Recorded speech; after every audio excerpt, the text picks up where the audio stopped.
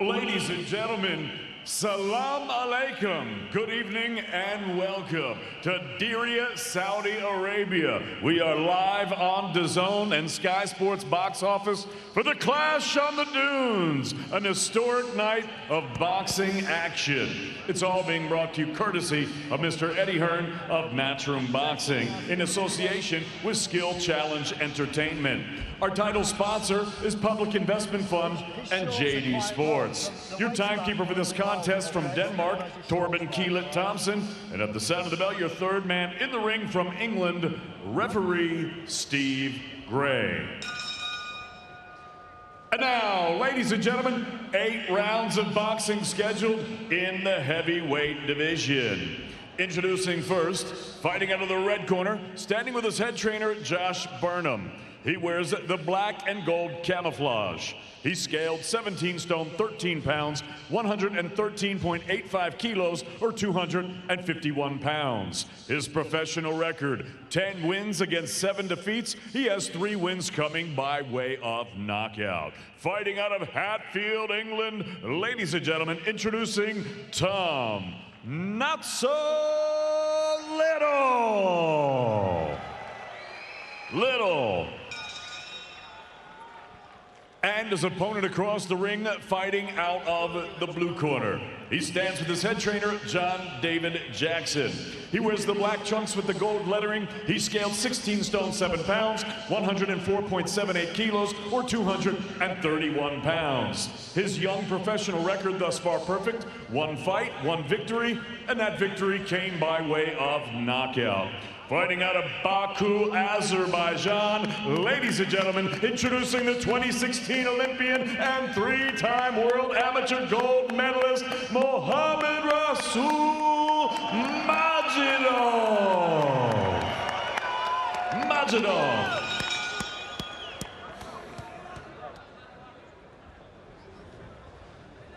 Okay, boys, have a cold break. You take 1 step back. Don't throw any punches down the back of the head and protect yourselves at all times. Touch gloves. Good luck, boys.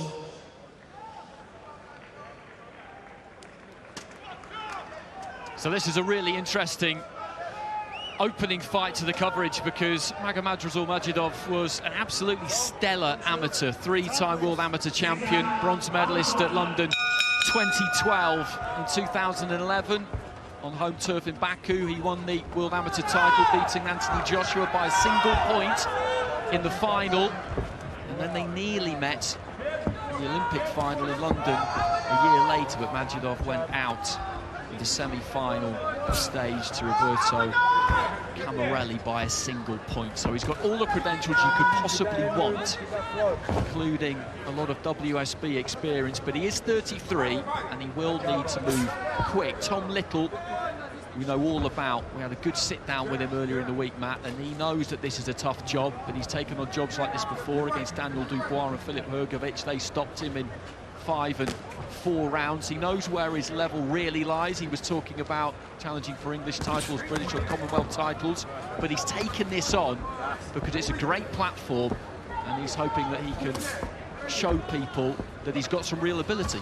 Yeah, it's a huge opportunity for him to show what he's got. I don't think he, if he's honest with himself, really expects to win. I mean, he's coming in to win, but he knows he's really up against it. He's boxing a guy who's only had 1 professional fight so far in Majidov, but he had, like as you said, an absolute stellar amateur career. Very, very experienced guy. He's 33 years old. He's strong. He's mature. You know, he has to move quickly, Majidov. But so for Tom Little, he wants to do well here and show that he's capable. That's a decent 1-2 there from Little midway through the first round. We do see fighters from Eastern Europe, Central Asia move very quick now. Filip Hrgovic of Croatia we'll see later, 9-0, closing in towards that elite world level. And a number of Uzbek fighters who turned over recently. He's the first really big amateur name from Azerbaijan that I can think of to make the move into the pro ranks. Majidov just whacking away to the body with his left hand. A little tucks up well enough on the ropes. Yeah, he's been in deep waters already in his career. Tom Little, you mentioned Daniel Dubois. Hrgovic is also on this card as well, a great fighter, and also had a stellar amateur career and a big puncher. So he is capable, he knows how to look after himself. He's a tough proud man as well, just giving a nice little feint there to Majidov, Tom Little. So I think he's certainly gonna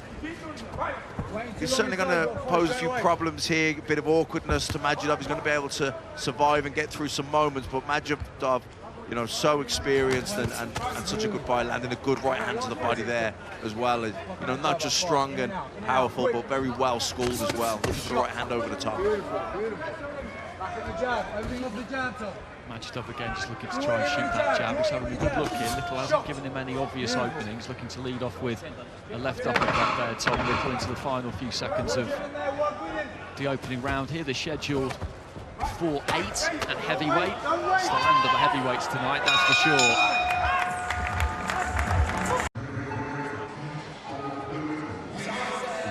Well, arriving just a short while ago, Dillian Whyte with that WBC interim title over the shoulder of his stablemate John Harding Jr. there. Some good news for Dillian over the course of the last 24 hours. He's got to get the job done tonight against Marius Vac. He came in heavy yesterday. Whyte 19 stone 5, which is well above anything he's weighed previously. It's not been an easy few months for him, but he'll be very pleased to get back in the ring.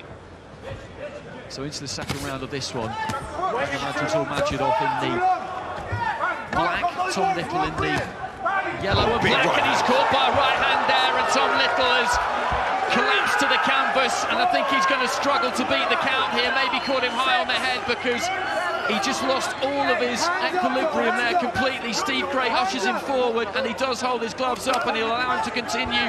He's very unsteady here. It was a right hand that caught him, and he's looking to try and fire back here. There's a long time left in this round, and Little looking to try and throw that left hand. Majidov is being nice and calculated, nice and measured. That was a hard right hand. There was one that landed just before the knockdown, which hurt him, and then that right hand that landed round the back of the ear, high in the head, it looked like, and then when he went down, his legs were completely gone. But he did well. He did well to get up from that, to be honest with you, Tom Little. He's shown a great heart here, trying to fight back, throwing right hands and left hooks. He's just sinking into the ropes there, and Majidov just pushing him back into the ropes. Little trying to fire that left hand. Majidov is using his experience here. He's not going crazy. He knows a Little can still possibly be dangerous in that position, but again, he's just walking him down. The right hand sends him back into the ropes there. He used them just to spring back, and the left to the body. But again, Little just tries to explode off those ropes, but he's shaky again, and Steve Gray steps in and waves it off, and Tom Little's not happy with the stoppage, but I make the referee right there, because you could see that he was shaky. The gloves had dropped. He wanted to keep going. I think that was the right call from the referee, Andy. His legs were not steady at all. A proud man, Tom Little, a big fighting spirit and heart in him, wanted to continue, but he was in no condition to continue. I thought the referee made the perfect choice. His legs were really unsteady. There was plenty of time left in the round, and Majidov, the writing was on the wall, and there was only one way that fight was going, and I think Majidov was about to get the knockout anyway, and probably in brutal fashion. So Tom Little, be disappointed, very proud man, but I think the referee made the right call there.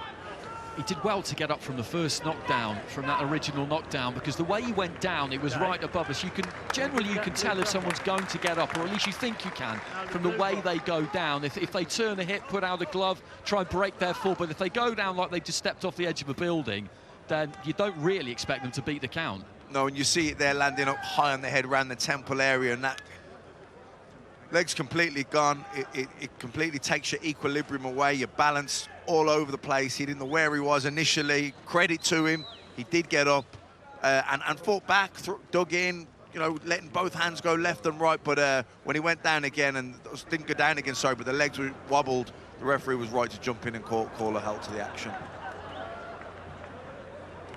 Well, it'd be good to see Tom Little back in the ring at the right level.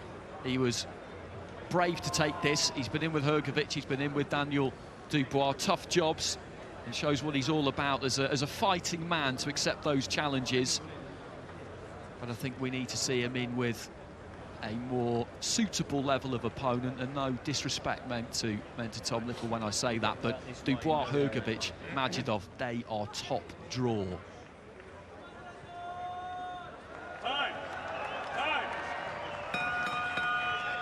Ladies and gentlemen, referee Steve Gray calls a halt to this contest. The official time of the stoppage, 1 minute and 49 seconds of round number 2. Your winner by TKO, he's still undefeated, Maqamedrasul Majidov. Well, we were saying that he would look to move quick, and he certainly will. That's 2 fights and 2 wins, and they won't be looking to mess around with him. The problem will be the one that Filip Hrgovic and his team have got, and any top-level amateur who's looking to move quickly will always have, and that is getting people to get in the ring and fight him.